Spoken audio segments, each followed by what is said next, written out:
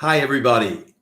Welcome to the 27th episode of Andy's Licorice Talk. Please don't forget to like our Facebook page and subscribe to our YouTube channel. And don't forget to take notes. I always like to go back and watch these and take notes. I find it very, very educational. So anyway, without further ado, we would like to introduce you to our special guest, Alessandro Carbonare. Hi, Alessandro. Welcome. So, thank you. Yeah, so I usually start with how I know the guest, and with Alessandro, I don't know him that well, but he did come through with the Santa Cecilia Orchestra to Hong Kong. When was it? A year and a half ago? 1 year ago, and we had a fantastic lunch with Lorenzo and the principal bassoonist. Lorenzo, come here. I'm surrounded by Italians today. Okay, wonderful. We are lucky today. It's a lucky day. Of course, we all. Great. So welcome. We already have John Ye from the Chicago Symphony says hello. Do you remember John? Ciao. Oh, yes, absolutely. How are you, John? Hello, and Laura Schoenfeld from Arizona, and Robert Watson from Brisbane, Australia, and Michael Drapkin from Florida. They're all here. They're all saying hello and sending their best to you. So welcome. So I just want to ask casually. I just want to point out we noticed the poster above Alessandro. Does anyone recognize that one? I have exactly the same poster in my other room. Right behind him, the jazz poster from Harlem. Yes, and this one was of course in the movie Terminal, and Tom Hanks comes to New York because he has all the autographs except one of them. So that's one of my favorite pictures. So we also have George from Germany and Vasco Dukovsky from Shanghai, all saying hello. So anyway. We'll get started. So, and just on a more personal note, Lorenzo makes these terrific posters. Thought that you're a fan of Star Wars, but like me, no. I'm a fan of Star Trek, not right. Star Wars. Me too. Me Star too. Trek. I'm a trekker. I'm a crazy trekker. You can't imagine. I spend a lot of money buying stuffs on Star Trek, and I'm crazy. Well, no, when I was a kid, I used to go to they had conventions. They had all the actors come, and I'd buy tribbles, and I would buy, phasers. But I want to tell you a funny story. My band director, my high school teacher, came to Hong Kong and visited me, and he said, "Listen, Andy, let's go out for dinner." And he said, "Let's go to a very fancy place." And I was very surprised that I showed up and he said, "I want to introduce you to my girlfriend, my new girlfriend." He was retired. And, Leonard Nimoy, the actor who plays Mr. Spock, right? Yes. He had just gotten divorced. And this was his ex-wife. Now was Sandy Nimoy was now the girlfriend of my clarinet teacher, my first clarinet teacher. And I had dinner with her, and she, was picking up the check everywhere, and it was she passed away since then. But I thought you'd get a kick out of that. And you're also sorry. No, you told that when you was young, you went to the conventions, but yeah. Now I go to the conventions, and I'm not so young now, so I'm more crazy than you. Well, I just ordered William Shatner's book. It says "Get a Life," and it makes fun of people like you. Yes, I know. Very good. And you're also into sports, right? What are you doing on that side? Yes, I like very much sports. I practice CrossFit. CrossFit is very hard thing, and I'm a runner. Oh, so running and CrossFit and Clarinet. This is my sports. I remember when you were here in Hong Kong. Didn't you go up to the peak to run around a little bit? Yes. Yeah. I remember. Yeah, fantastic, great. I can't stay 1 day without sport. I can't stay. It's very important for me to be okay with myself. Great. And by the way, Charlie Neidick from New York says hello, and he loves Star Trek as well. and his wife Ayako Oshima. Yeah. So Okay, I didn't know this about these people. So anyway, so are you enjoying it? Michael Druffing asked me, "Are you enjoying Star Trek Discovery?" Of course, I find this series fantastic, and I'm completely in love with the principal actor. Great. Lady. Okay, now we've talked about everything, including your love life. Can we move to the clarinet, Alessandro? but clarinet is not so interesting. So let's talk about Star Trek, sport, and other stuff. Good. So listen, like Charlie, I mean, I'm very fascinated. I understand you started on the E-flat clarinet as a very young kid, right? 5 years old, yes. I start very young, when I was 5 years old, with an E-flat clarinet in a band, and in the band of my village. And it was great because in this period, I came from a poor family, so I didn't have a lot of toys, and clarinet was my toy.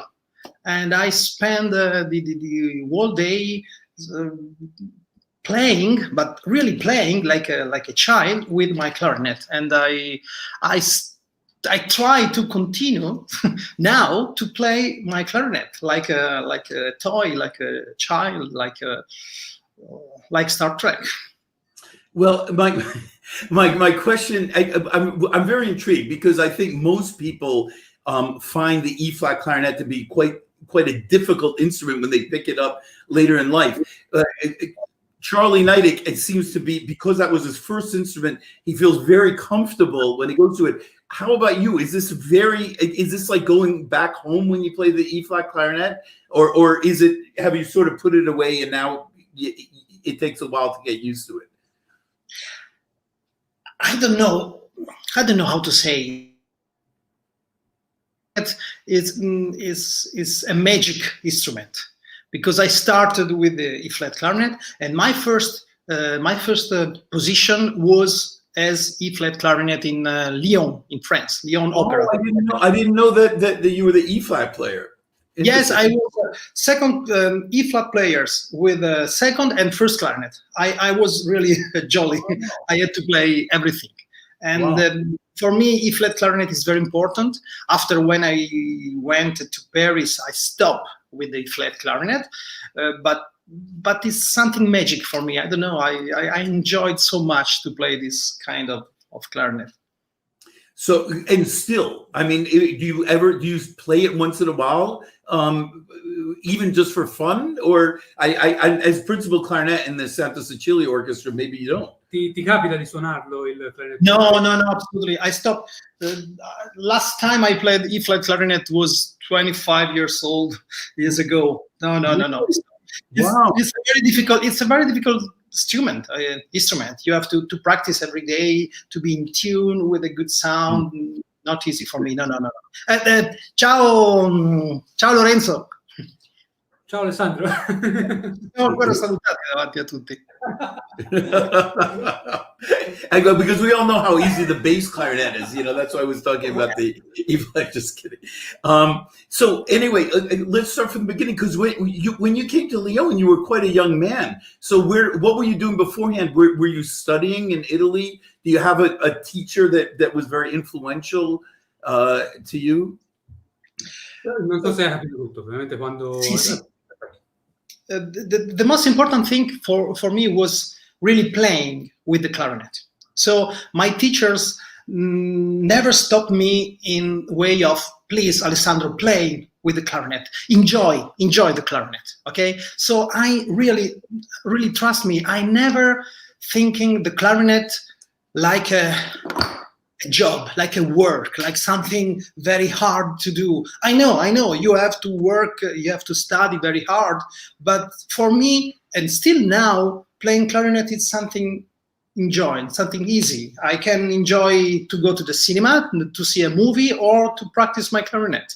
I never had this sensation of important thing to do, in order to have a career, to win competitions. No, all was so so normal, so natural for me that my life with my clarinet was very, very, come si dice, molto serena. I always was easy and easy. Yes, just an easy life. Great. And I think that the most important was because I started very young, and my teachers always told me, enjoy with the clarinet, enjoy, no problem. So who were some of your teachers? Anyone we might know? But the most important in Italy, I have two important in Italy. One is, the name is Bruno Righetti, and he was playing in Napoli, in the orchestra of Napoli. But the most important maybe was Paolo Budini. It's almost unknown, but he was first clarinet in La Scala in Milan for 40 years. And he played with all the most fantastic conductor in that time, with Toscanini, for example. And he teach me how to sing with the clarinet. Mm-hmm. I know that now the fashion is to play fast. Mm-hmm. But at that time, the fashion was to play with a good sound and to sing with the clarinet. You know that for Italians it's easy to sing because we sing every day. We are bored with singing. But for him, it was very important. Double staccato, doesn't care. The fast fingers, doesn't care, but sing with the clarinet. And this is my way of teaching. For me, the most important thing, the first lessons is the tune and the round sound and sing with the clarinet. So I'm not a technical clarinet player, but I like to take care about my sound and this kind of stuff. But I know this is not fashion now, so I'm appreciate it. So then you, and where did you study? Where did you study at a university or a conservatory? In a conservatory? No. Okay, I have a very nice story. If you have 2 minutes. We love nice stories. Ciao Giuseppe. Because at first I went in a conservatory in north of Italy, and Lorenzo, mi serve il tuo aiuto. Dimmi. Dopo qualche mese mi hanno cacciato via. So after he joined the conservatory, a che età? Avevo 13 anni. So at 13 years old, he joined the conservatory, but after 3 months, they kicked him off. Oh, because why? Because the teacher told me that I was not good for the clarinet because of my lips. Because I have big lips, and so he told me you have to play bassoon or trombone. And okay, my father was not a musician, my mother not, and okay, so I tried to play bassoon for 15 days, but after I realized that I didn't like bassoon. I didn't like trombone. I wanted to play clarinet, but the teacher told me you can't play clarinet. Never you will be a good clarinet player. So I stopped to play clarinet. I stopped for 10 months, something like this. And in that period, I entered in a very bad company in soccer team, you know. I was, come si dice Lorenzo, ero nei tifosi del Verona, negli ultras del Verona. You know the football supporters, the one that they go to the stadium, but the hoodlums. Yeah, the most, like the hooligans. Yes. Yes, the hooligans. Yes, I was an hooligans. You can believe this? You can believe that? I was an hooligans when I was 15. When I was 15, I was an hooligans with the Verona team, soccer team. So I was really completely lost in my life, completely lost. I had a breakdown, and when you have a breakdown when you are 15, it's very dangerous. And the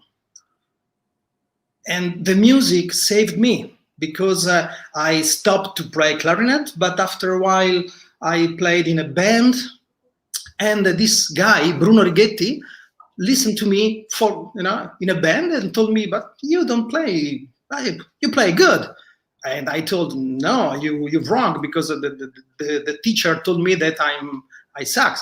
And you told me, no, you're good. Please come to me and I will give you some lessons. So I had for 2 years lessons for free.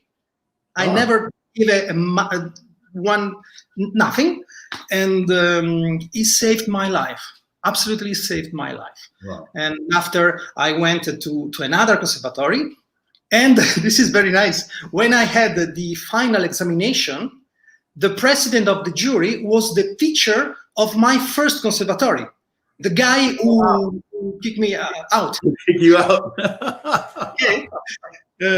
So it was very difficult for me to play, but I had the diploma, and after it was easy. But the beginning of my conservatory life was very complicated, but I have to thanks every day to the music, to the clarinet, because really saved my life.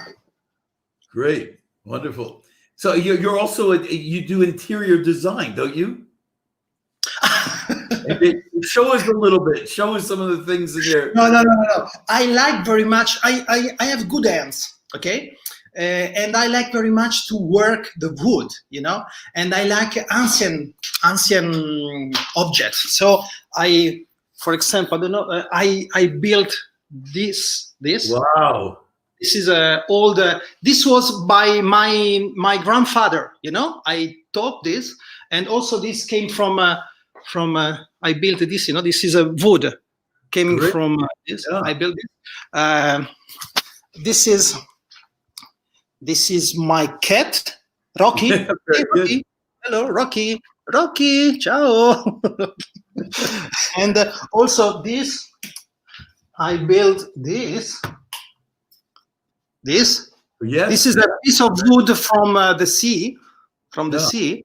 It's very nice. And this is, for example, my kitchen, full of very ancient object. Yeah. This is I like very much the old thing. This is a very old radio. Yeah. And I like very much wine, as you can see. And I built this, for example. This was by me. Yeah, that's okay. Cool. And I is something like this. I built this also. Wow. This is I don't know if you know, Divina Commedia by Dante. Yes. Okay, and also this is a very special thing. And this also, I made that also. Wow. This. I like very much. And this, how you call this kind of stuffs? I don't know. Yeah, no, Come si chiamano le stampelle? When you break the crutches. Yes. Really? Yeah, that's correct. Yes. Wow. And these crutches was by my grandfather, because my grandfather has a problem to the legs. So I took this, and now it becomes a part of my apartment. Very nice. Okay. Wow. So when I don't play clarinet, I enjoy myself with this kind of. Yeah, very nice. Very nice. Great. So tell us a little bit about when you went to France. So how old are you? You were quite young when you went to Lyon, right? First time was I was 22. I was very lucky, because at that time Italian clarinet players was not so considered by the clarinet world. Okay. Mm-hmm. In that time there was French school, of course, German school, and stop, just French and German. Okay. Italian school was a very important school for singer, but not for clarinet player. So I tried to. Okay, I tried. There was a free position in Lyon. So why not go? And I won the position, but I just I started by myself. I decided with my former girlfriend to go to Lyon for holidays, and during these days I can try to play and participate to this competition, and I want the position. So I stayed in Lyon for 4 years, and it was an incredible experience for me because I played E-flat clarinet, second clarinet, and first clarinet. So I played every day. Every day. I was and it was opera music, not symphony music, right? Opera music, yes, opera music, opera music, and was fantastic because I was very young, and my first clarinet was a very talented guy. So I learned a lot from him, and I had a lot of kind of music. And after 4 years, there was another free position in Paris. Orchestre Nationale de France, French National Orchestra, the most important orchestra in France, okay, with the opera. And I won the position. I tried to go without any idea of a success, just try, and was good. And I stayed there for 11 years. And the conductor was Laurent Mazel. After was Charles Dutoit, and after the guy, the Kurt Masur. Oh, wow. Great. Okay, so for 11 years I stayed in Paris, and during that period I started to participate to the international competitions. Okay, that was very important for me in that period. And after I decided to come back in Italy. You know the composer Luciano Berio. Yes. Luciano Berio was the boss of the orchestra of Santa Cecilia, and they was looking for a new principal clarinet. So they proposed me the place. I accepted to participate to the competition, and I had this position, and I stop. I will now. Oops. Sorry, I think he hit a wrong button or something. You can announce now what's going to happen. Okay. Yes, we'll announce now. We're calling him. Oh, wait a minute. Here he is. Wait 1 second. Okay, here we are. How are you doing? Did your cat push something, or everything okay? Okay. Yes, I don't know what happens. Okay, well, we're glad you're back. Let me ask you, so who was the first clarinetist that you were inspired by in Lyon? What was the name? Jean-Michel Bertelli. Okay. Jean-Michel Bertelli, he is going to be retired this week, I think. And beginning of January, there will be the competition for his place in Lyon. Wow. Last week's guest, Paul Mayer, was also in that orchestra. Were you there at the same time, or did you succeed him, or how did that work? Wasn't Paul Mayer in there? Paul Mayer. No, dimmi. È arrivato dopo di te o eravate allo stesso tempo insieme? No. Paul Mayer was playing in Lyon Opera just for 3 months before me. Oh, just before you. 3-4 months, because after Paul started a soloist career, so he stopped very soon, and after I will came. Great, wow. So, what is it like in Santa Cecilia? Is it a very, very different life? I remember over lunch you were talking about how much you love Lyon, the lifestyle. But how is the job different? Let's say in Italy, different from the 2 jobs you had in France, both lifestyle and conditions and so forth. Life in Italy is fantastic. First, if you want to really, okay, I know in Italy we have some problems, like everywhere, but the quality of life in Italy is incredible. The quality of food, the quality of weather, the people, really is something very warm and very deep. Okay, and I didn't have this in Paris. I'm sorry. I like French people, but okay, I prefer the Italian style, the warm life, the warm quality of life. Okay. And for me, decide to come in Italy was a completely changing of my life. But I spoke with my ex-wife, and we decided to come back because we were really tired to speak every day French with French people that we didn't like very much. And so, okay, try Rome, and I'm very happy about this choice. And my daughters, now they are really inside the city. They are really from Rome. They was born in Paris, but they are Roman. Yes, Roman, absolutely. Great. So, by the way, your bass clarinetist was Lorenzo's teacher, Dario, and yes. And he played. When did he come? He played extra with us 2 years ago. 2 years ago. We did Rite of Spring, and he came. Yes. He came to play. Yeah, lovely guy. Yeah, I know. Very good. And one thing I remember about your second player, Simone. Is that his name? Simone. I saw him after one of your concerts, and the guy's so thin. But I've never seen anyone eat so much in my life. He ordered like 3 dinners, ate it. In about 90 seconds, and he's about 1/10 of my weight. He completely flabbergasted me. Yes, he came from Sicily. He do a lot of sports. Yeah. Me and him, we are the most crazy sport life in the orchestra. We are the only 2 guys who make sports every day. But he's more crazy than me. So he does everything without any problem. Yeah, and I think David Bursack, one of your violists, was a classmate of mine at Juilliard.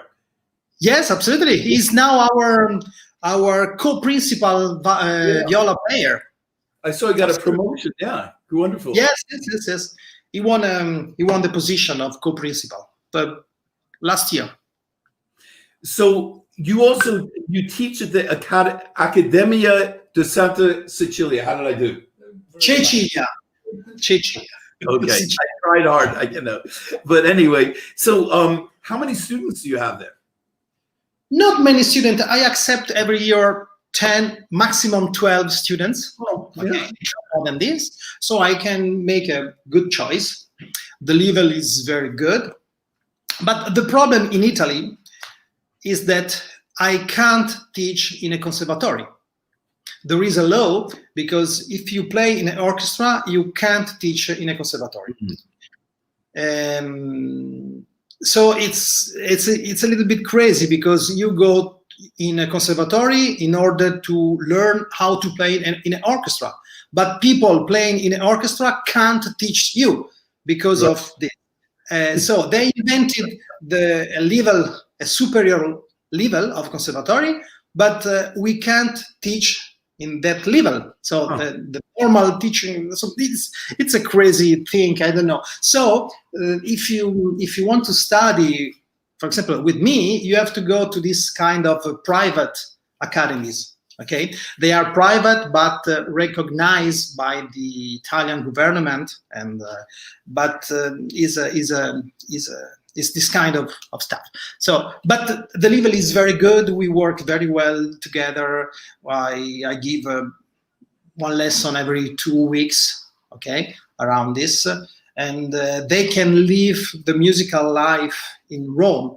And normally, not in this period, the musical life in Rome is really very good. It's full of concerts and chamber music concerts, and we have a fantastic concert hall not far from my home. And I have many students coming from outside Italy.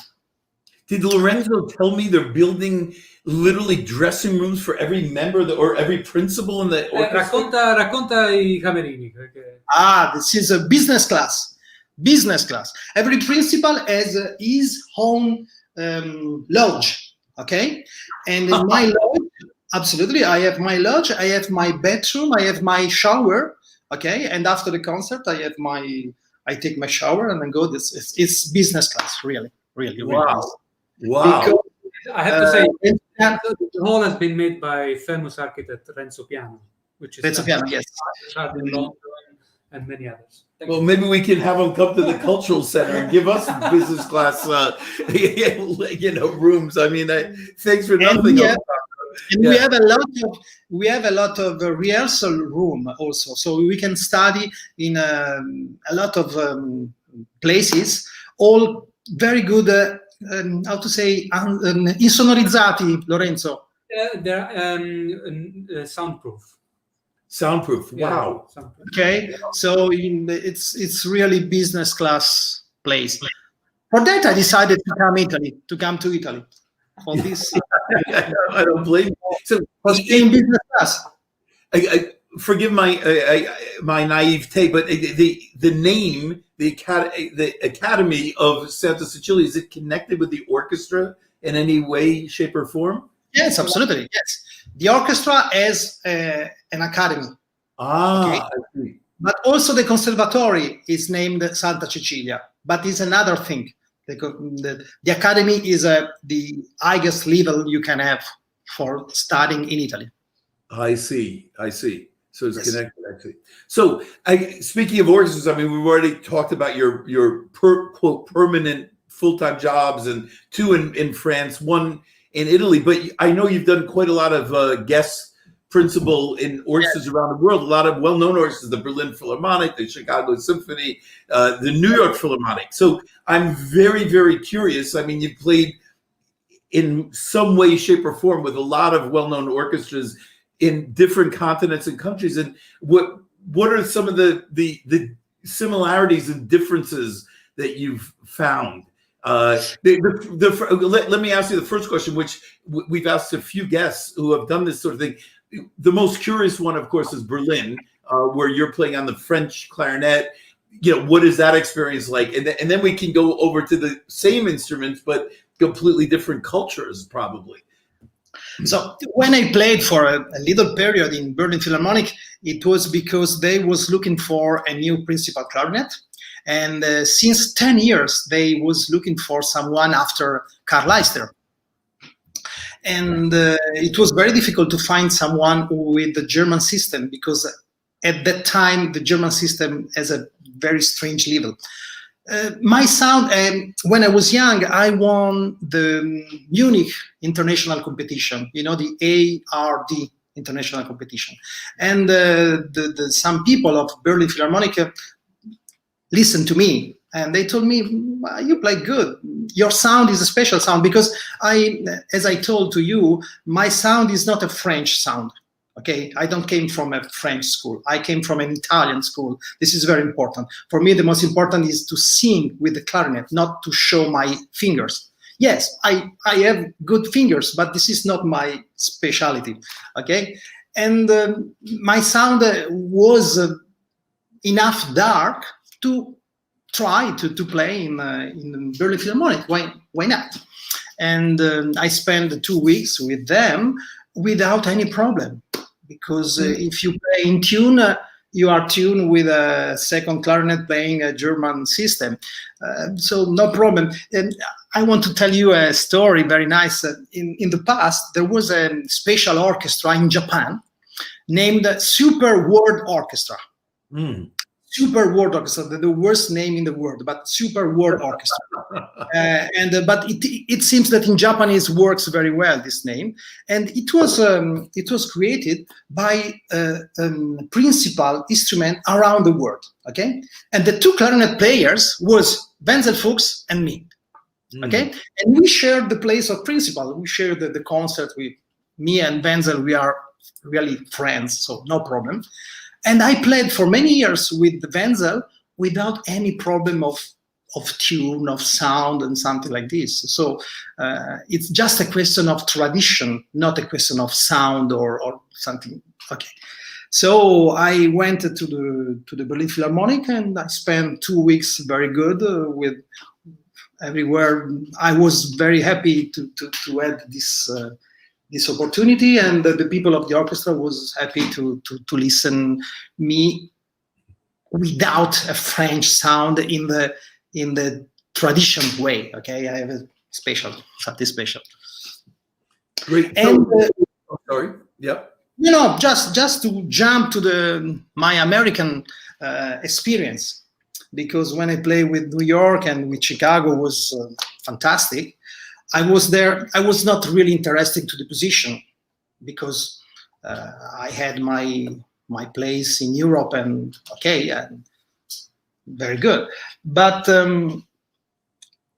I have a funny story to tell you, because when I went to Chicago, I played the Berlioz Symphonie Fantastique, okay, with Riccardo Muti, with the principal conductor. And weeks after, in Rome, I had to play Berlioz Symphonie Fantastique, the same piece with two different orchestras. Mm-hmm. So it's very easy for me to make a, come si chiama? Comparison. Yes, a comparison between these two orchestras. And Chicago Symphony is fantastic, fantastic. Precise, all was in perfect place. But when I come back to Italy with my orchestra, with my Italian orchestra, was not perfect in a vertical way, but something was more deeper, more, and something was deeper, something was warmer, but was not perfect. So for me, the difference between my orchestra and a fantastic orchestra like Chicago Symphony was that Chicago Symphony for me was too much perfect. Too much perfect. I know it's stupid to say this, but I prefer something outplays, but something moved to you. And I didn't felt during this 2 weeks spent in Chicago, I didn't felt this sensation. I'm sorry, I don't want to speak bad about this orchestra because it's one of the best in the world. But for me, it's a personal advice. I need something more, less precise, but more warm. Okay, so what's the? Sorry. Yeah. Sorry. No, this is... we've had a lot. We've had some people with very strong opinions on this show. Don't worry about it. Even stronger than that. How about and curiously, then how about Berlin? Again, different system. Berlin Philharmonic was the same.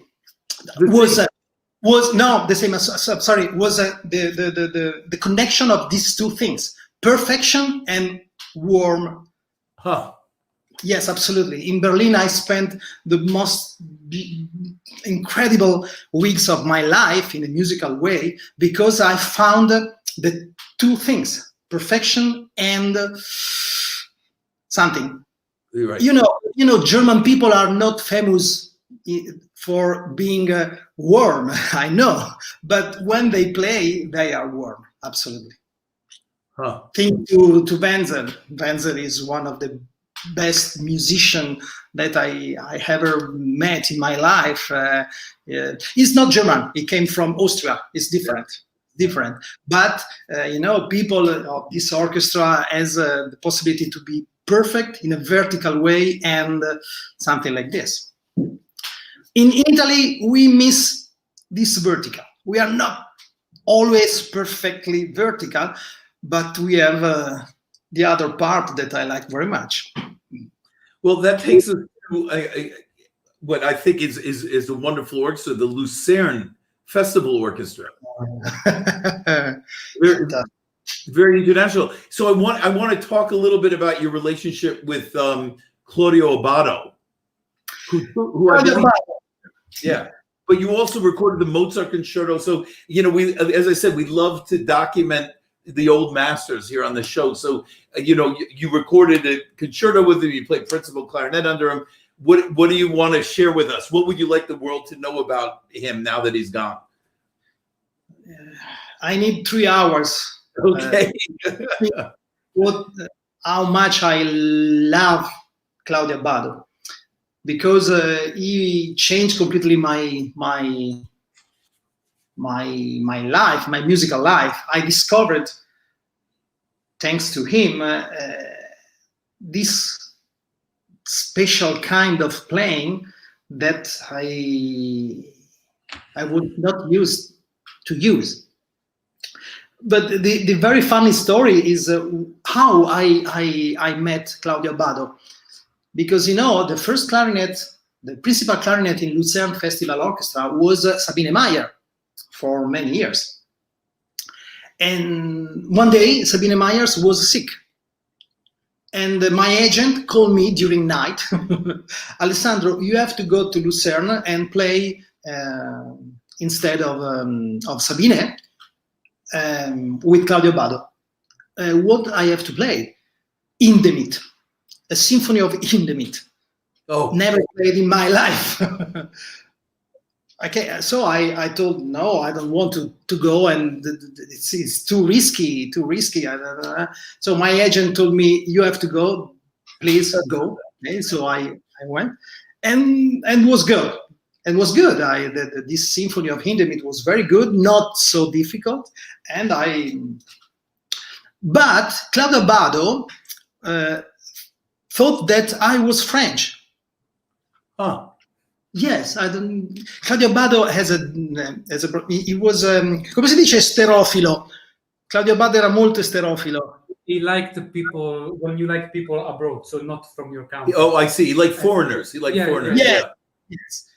I think that the Claudio Obato was like that. So he was living in France at the time. Is that when you were living in? Were you living in? So that's probably why. No. I'm sorry. No, I was living in Rome, but he thought that I was French. I don't know why. Someone spoke about me to him, and because Alessandro Carbonare. He told Alessandro Carbonare, so in a French way. So he thought that I was French. So, okay, we can invite this French guy. When I sit down and I started to speak with him in Italian, he understood that I spoke the same language and with the same accent, because I come from North Italy as Claudio Obato. So, but you are Italian. I didn't know that you are Italian. Okay. So we had this concert, and at the end of the concert, Claudio Obato came to me and told me, Alessandro, you play good. I'm very happy. Okay, thank you. I'm creating a new orchestra in Italy. The name will be Mozart Orchestra. Do you want to play as principal clarinet in this orchestra with me? Oh, of course, maestro. Thank you. Okay, and I'd like to play the Mozart Concerto. Do you want to play Mozart Concerto with me? He said, forget about it. Yeah. No, but the very funny thing is that I said, oh, yes, of course, maestro. Okay. And Alessandro, I want to record this concert for Deutsche Grammophon. Do you want to do this? Okay. But wait. And after he told me, but Alessandro, you play the bassett clarinet, of course. You play Mozart Concerto with bassett clarinet, of course. And I said, yes, of course. Do you know Pinocchio? Pinocchio. You don't have to know Pinocchio. I never played bassett clarinet at that time in my life. So I told to him, yes, of course, I have a clarinet, a bassett clarinet in my home. Yes. Okay, perfect. Okay, bravo, ciao Alessandro. See you in Bologna. 10 minutes after, I was outside to call a guy who built a bassett clarinet to buy a bassett clarinet and start to practice. When was this? What year was this? The guy from Canada, Fox. Che anno era questo? 2004. 2003, 2004. I see. So it wasn't as common at that point. Yes, and the guy who I called for this bassett clarinet was Stephen Fox from Canada, who built a bassett clarinet for me, and he sent me faster to Italy, and I started to practice. And after I use many times this bassett clarinet. Now I play Mozart Concerto only with bassett clarinet, of course. But at the time, I make Pinocchio live with Claudio Obato. Wow. Steve Fox, Steve Fox, yes. Yes. Steven. He works very well. Beautiful, beautiful. And what qualities? I mean, what did how did Claudio Obato influence you? Your as a musician or as a I can't explain. My English is not so deep in order to understand how I feel. But for example, Claudio Obato doesn't speak a lot. He conductor. He give you a sign. He doesn't speak a lot. It's incredible because he's the best conductor in the world. A conductor who doesn't speak is fantastic. Okay, it doesn't make you. It doesn't make you the lesson. Okay, he told always we are musicians and we make music together. He told always zusammen musizieren is a German word. It means make music together. And I know that he knows Beethoven's symphony better than me, but he doesn't show this. Just follow me, just make music together. I remember we played the Beethoven Fourth Symphony. You know, in the second movement, there is a great solo for clarinet. And for the first time, he stopped the orchestra and he tried to explain me how to play this solo. But Claudio Obato was not good with words, absolutely. So it was impossible to understand, really. But after 10 minutes, he told me, I'm sorry, Alessandro, you played very good. Play as you want. It's fantastic. Okay, go on. Okay, so he knew perfectly what he wants, but it was enabled to explain like words. So he used a very good the baton, and it was enough. So, and after the way of, for example, I never called Claudio Obato maestro, but always Claudio. Always. It was an exchange very similar, and it was a friend of me. I had a problem with my daughter at that time, and he called me almost every day. How was your daughter? Is okay? And wow. It was a friend. Okay, like this. For example, now in Rome, we have a conductor named Antonio Pappano. He's an Italian, English, and American conductor, and also is exactly the same. He's a friend of ours. I had some problems in the past, and he called me, how are you, Alessandro? He's a very human guy.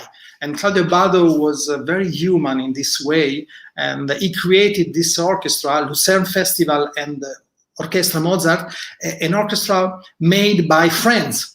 And we were all friends, it's fantastic. It was the only orchestra in the world that the people playing in the orchestra look each other and smile. Wonderful. So you mentioned the Italian quote school before in two ways. One, that when you got the job in France, the level wasn't particularly high, but two, that you play with a French school, I mean, an Italian school, a vocal school of playing. So let's talk about that now, because first of all, is there an Italian school of playing right now? Is there such a thing as an Italian style of playing? I don't know, honestly. I don't think that we have now a French school, a French style, Italian style, a German style, an Austrian style. Now the people are are friends, and we it's very easy to go around Europe and to learn other styles. So I don't think that now we have different schools. Honestly, I don't think so. I teach really around the world, and I feel that the schools are almost equal. But now the Italian schools are very high level. In my time, in the past, Italian school was nothing, but was not nothing. We played good, but in the international competition, the jury has ears only for French people, because they have a great traditions. So a good French clarinet player and a good Italian clarinet player, the French was better. Okay, this is very easy to explain. And now is different. Now, for example, Italy has a very good school, Spain, Portugal. And if you see in Europe, the most important position in the most important orchestra, there are Italians, Spain, and Portuguese people. And I remember during 80s, Spain, Portuguese, and Italian was not considered. Was just okay. They try to do something. Now it's changed because we grow up, and now I have many students playing as principal clarinet in many European great orchestras. So I'm proud of this because all this started during 80s with me and with some few clarinet players that went outside of Italy to propose our style. Okay, our Italian style, not only French school. Okay, French school is fantastic. Don't touch the French school, but you can also have something different. Why not? And it works. It works literally. And so, what do you think? What has put that? I agree with you. I mean, recently in the Geneva competition, the winner was Italian, and also in Japan, the Lanslow competition, you had an Italian winner. A student of mine, Alessandro Carbonare. Great. And for example, in Geneva competition, the first was Italian, but the second was two Portuguese. Right. Never seen before this in the international competition. Never seen before. Now it's almost like this. But also, Geneva is an international competition. But think about the competition for positions in orchestra. There is always an Italian, a Spanish, a Portuguese in the final. Always. Okay, so it means something because it just not happen once, but it happens. It happens very, very, very often.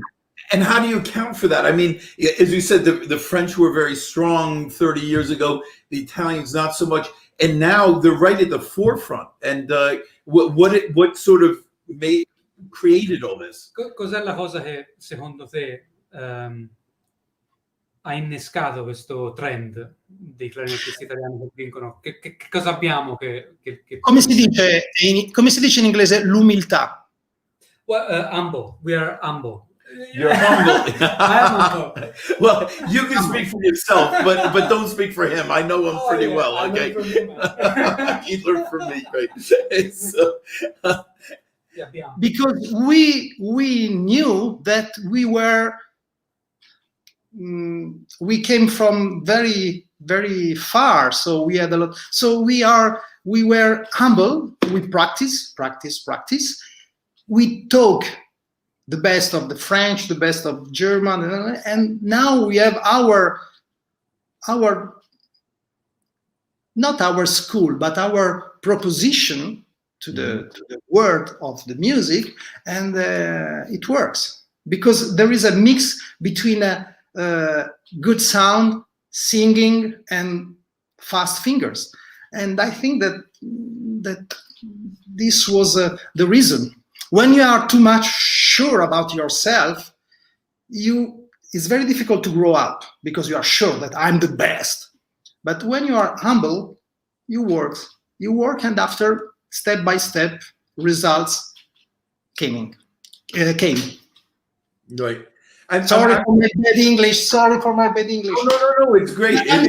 I'm studying Spanish in this time, so my mind is into Spanish. So, okay, sorry. No, someone wrote. We don't often take questions, but someone wrote something that I'm quite interested in. Again, because we like to talk about the old guys or women. How about Kalman Opperman? Tell us a little bit about him. It's fantastic. I met Cal many years ago, many years ago, in the Clarfest, the Clarfest organized by the ICA, and we discovered each other's. He was a fantastic teacher, so I tried to take the maximum from him, and he made for me some barrels and some mouthpieces, and for a while I played these barrels, mouthpieces, and he was a fantastic guy. I miss him a lot. And did you actually took some lessons with him? Yes, some lessons. And yes. What perhaps did he introduce you to that? Yes, I'm sorry, the connection was cut. What you said? What did you learn from him? What did you learn from him? Yeah. Everything, because he was an incredible technical teacher. Okay, how to study but not technical fast fingers. Not only that, technical in order to have a correct kind of. For example, he spent a lot of time about the breathing. Okay, how to use lips, for example. He spent time about my finger. I was too much like this, for example. Okay, just I took 3-4 lessons. No, not a lot of lessons, but great teachers can give you just what you need, and in a few time you need that. Puff, one information, and they can change your life.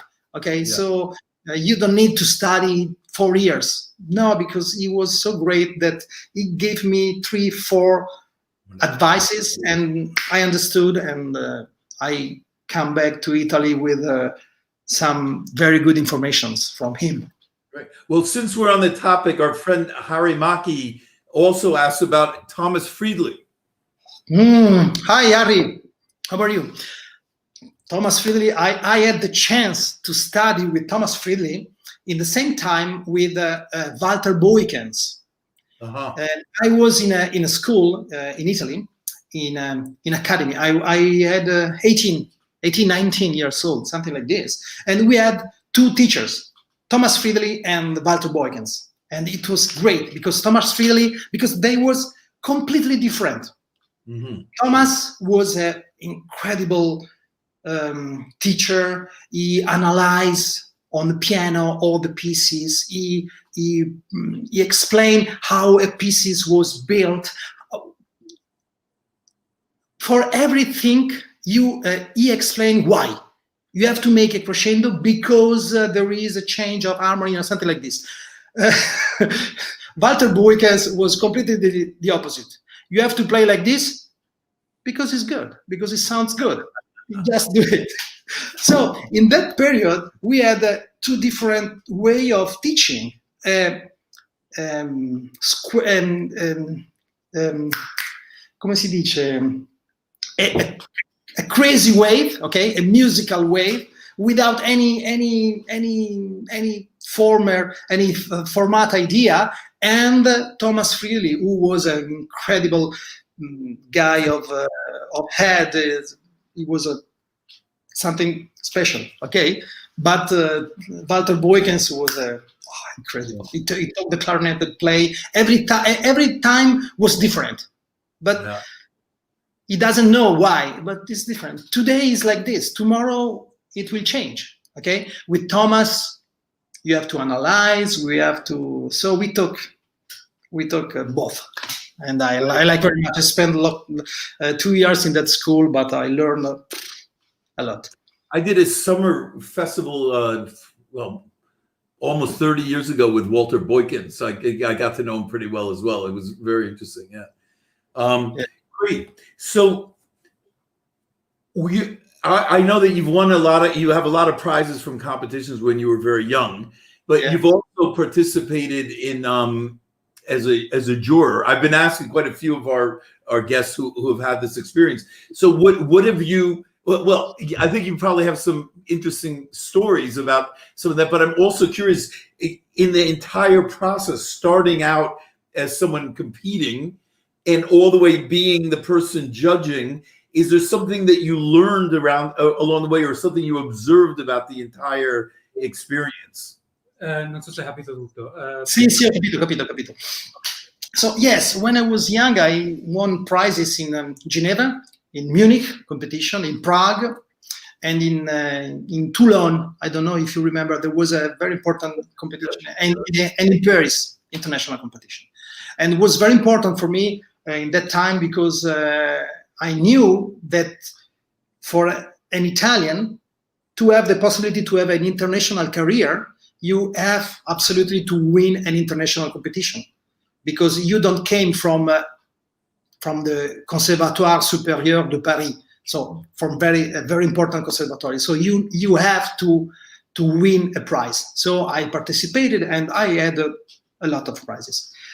But when I was only 28, I was in the jury of the Munich competition.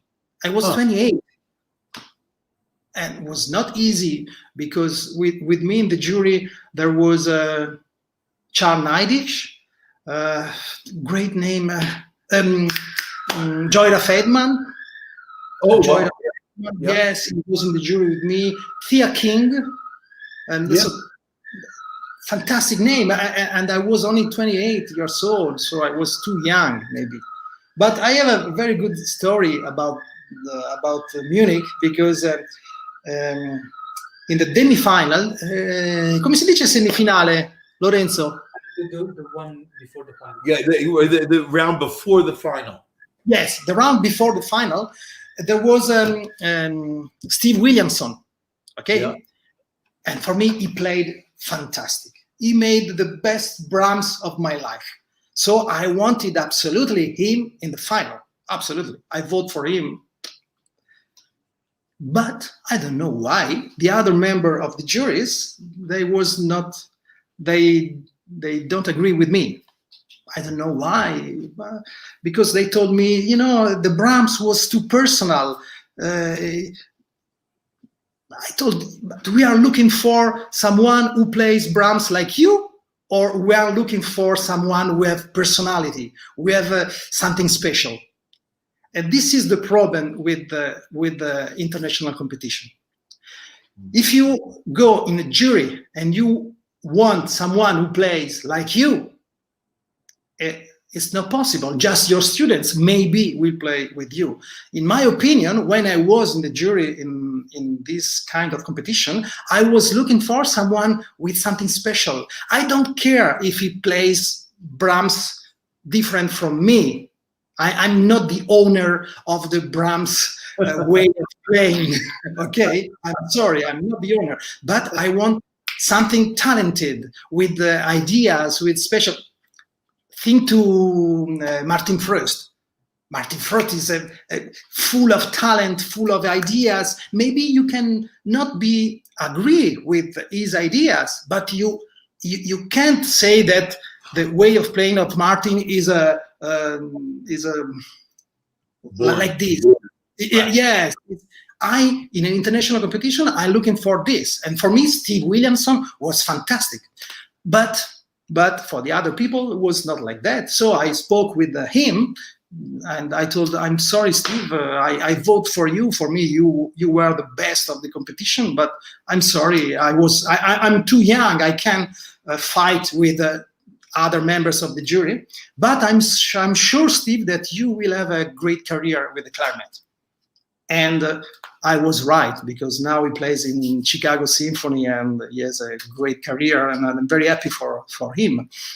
But I'm sure that competition was for Steve. I still believe in this. Wow, well, that's a lot of insight into the competition world. So what, I mean, as someone who, as you say, has given master classes and heard people around the world in competitions, you teach yourself. Oh, by the way, I didn't ask you, of your 10 or 12 students, are they mostly Italian in the academy? Mostly Italians, but we have every year 2 or 3 strangers coming from Greece, from Portugal, from Spain. Never had a French student. you, you don't have any opinions about that, it seems. Right? Okay. Never had a French student. Never. Very good. Well, so in your master classes and everything, what are you noticing about young players today? And when you teach them, where do you, as a rule, of course everyone's different, but do you see a general tendency or direction that you address when you teach them or observe them? You want to? Oh, are you okay? Yeah, okay. No, ripetimelo, Lorenzo, scusami, perché stavo leggendo anche un messaggio di Vincenzo Perrone, quindi mi sono un attimo distratto. Dimmi.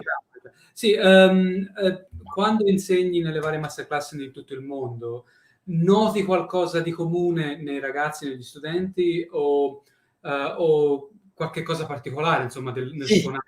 Che hanno fretta.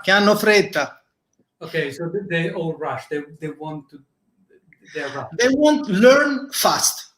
They want to learn fast. Okay, now we are in the moment of 4G, 5G, super fast, fast web. All is fast. Cars are fast. The internet is faster, and I can understand. In our time, we didn't have the phone. We had another kind of life. Okay, and now young people wants to learn fast, and it's not possible. I'm so sorry. You need take your time. You need to be constant.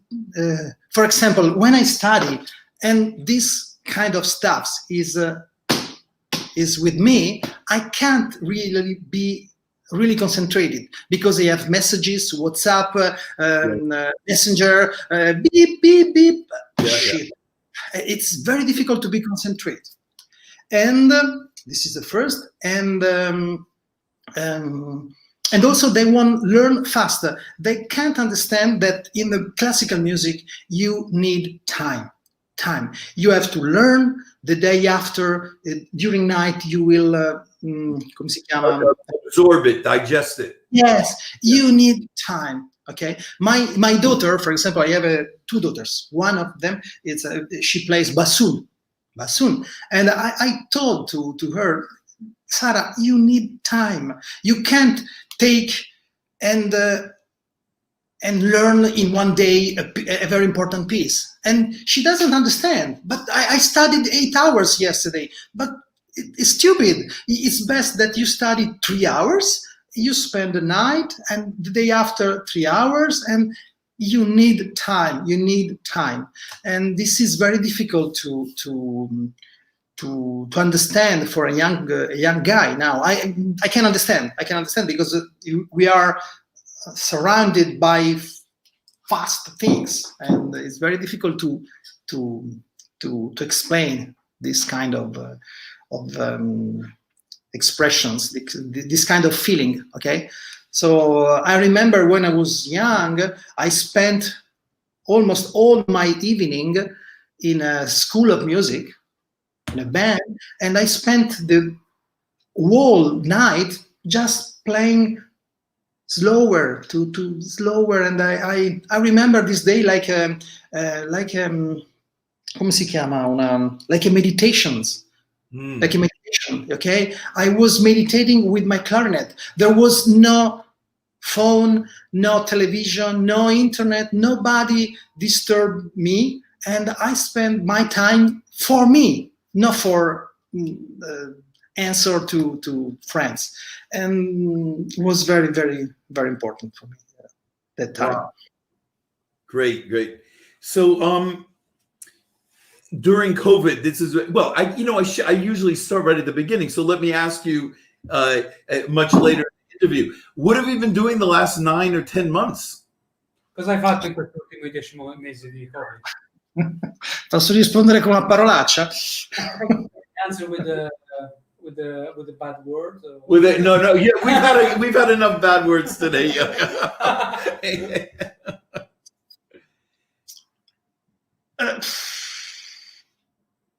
Waiting. I'm just waiting that all this crazy moment will be behind behind me. I try, honestly, it's very difficult to practice clarinet when you don't have concerts. Okay, normally, really, I have a season full of concerts with my orchestra and with myself in chamber music or soloist. This year is almost empty about concerts, so it's not easy to have the same force. Yeah. Yes. Sorry. For example, I try to teach a little bit more. Okay, also online. Yeah. Why not? And I try to make videos for Instagram, for example. Okay, I spoke about how crazy is a fast web, fast internet, but I use Instagram, for example, for making. My last videos is the piece of Bill Smith. William O. Smith, the 5 pieces for solo clarinet. So I started by 5 pieces for solo clarinet, and I put this video on Instagram. So I try to invent things in order to practice clarinet. I have a clarinet trio, and we try to make to organize rehearsals in order to learn new pieces. So I want to be ready when this crazy moment will be finished. I want to be ready to play good. Be careful. This is very important. I want to say to the public, be ready, because one day all this crazy moment will stop. And if you wait that moment to study, it will be too late. So be prepared a little bit before, because when we will be free, the real life will start very fast. So we must be ready. Yeah. But I'm sure that we will be better. I'm sure that the people, the world people, will be better than before. This incredibly moment will give us the possibility, the possibility to understand, to think about ourselves. For example, I will spend all Christmas holidays alone, because we can't move in Italy. So I will stay alone for 3 weeks during Christmas and during last day of the year. So I'm sure that I will spend this moment thinking, meditating, changing myself, and trying to grow up myself in a better quality. So very good. And, I mean, usually I would ask you, what advice would you give to your students or younger people on this subject? But I think perhaps you've answered it, unless you want to add something. Yes, absolutely. Yeah. Yes. Very good. And are you just be prepared to this moment, and try to use this moment in order to see inside you, to change something inside you that you don't like very much. Normally, we have no time to change, because we are always hurry. Now we have just to think about ourselves, and we can grow up our soul. So have you changed at all? Is there something that you've thought about that you wanted to change that actually have changed or been affected by this? Absolutely. I feel that I'm not the same person that I was 10 months ago. Absolutely. I changed many things of my life, many kind of thinking, and I'm sure I will be a better musician. I will be a better clarinet player, and I will be a better person. And I'm sure that million of people in the world will be better after that. And but now it's very hard. You said it's difficult to find the motivation to practice. Have you found it, or are you practicing? Yes, I found the motivation with this kind of videos of on Instagram, testing reads. For example, I have a very an enormous Che cazzo succede? Hello? Yeah, can you hear? Can you? Yeah, hello. Yeah. No, vi ho perso. Ah, Okay. Sorry. I have an enormous bibliothèque, a musical bibliothèque, and I ordered all my books and something like this. I spend time with this. I built new things in my home, for example. So but Great. the most important is the time you stay by yourself. This is very, very important. Very good. Very good. So finally, what advice would you give to the 20-year-old Alessandro Carbonare? COVID aside, in normal times, looking back, anything that you would have changed a little bit, anything that you wouldn't have changed, what would you tell yourself? capito la domanda? Sì. Sì, l'ho capita, ma non è facile rispondere così, It's quite difficult. Of course, it's difficult. I don't ask any simple questions. In a musical way, I don't change anything because I'm very happy how I organized my musical career. I'm okay with that. But I must be honest, for my career, sometimes I lost people around me, my family, my daughters, my ex-wife, because I was very inside the music, not inside the career, be careful, inside the music. The music was my life, but was too much. Every day thinking to the music, thinking to this piece every night and something like this. Maybe I tell to myself, be a musician, but remember that you are also a man, you're a person, you have a soul, a normal soul, not only a musical soul. And I think that when I was young, sometimes I forget this part of me. Okay, too much was on the music and I lost something. But I'm not so old, so I can do this now. Very good, Alessandro.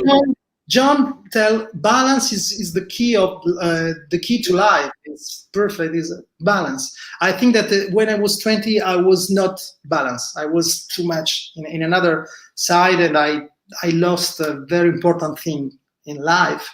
But I repeat, now I can do it now. But are you balanced? Are you balanced now? Excuse me?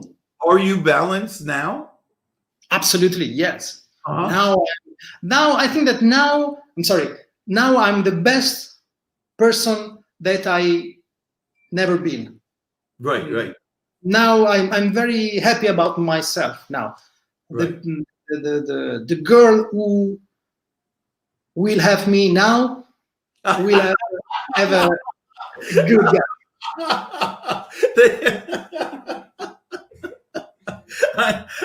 We have many viewers. I'm sure they're all very interested. Excellent. Alessandro, really.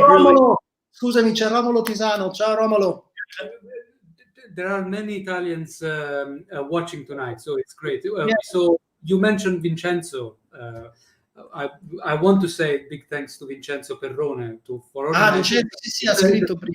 But he's dedicating so much about the clarinet that he invites all the great teachers in Italy, and he does a lot for students. So a great mention to him, I think. Beautiful.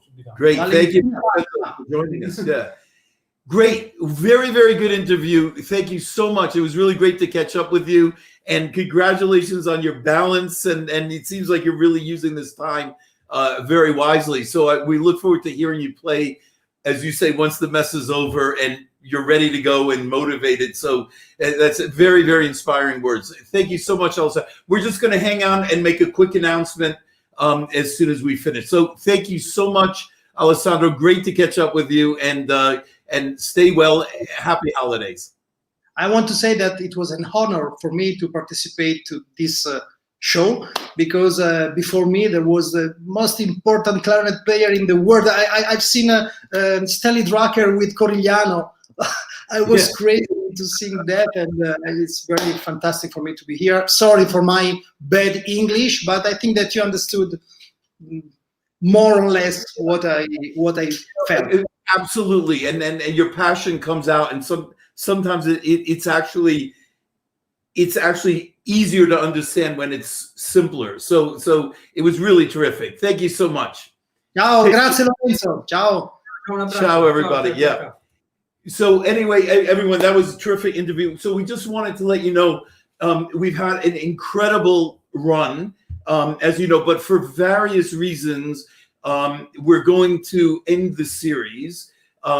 We have one left. It will be on, I have to do all the time zone changes. It's going to be, if you're in New York, well, no, let me not say New York. Yeah, if you're in New York, it's going to be 8 p.m. on the 26th of December, and go from there. Obviously, we'll make a poster and all that and announce it. And we think we'll end with a good bang. It's going to be with Eddie Daniels. And we want to invite all of you and any people who participated. And there's been so many people who've been writing in to have a chat after that interview, maybe for a half hour, 45 minutes, just talking, reminiscing about, we're going to talk about behind the scenes of this series, of how we made it and where it ended up. And there's been so many people writing in about how it's affected them in good and bad ways.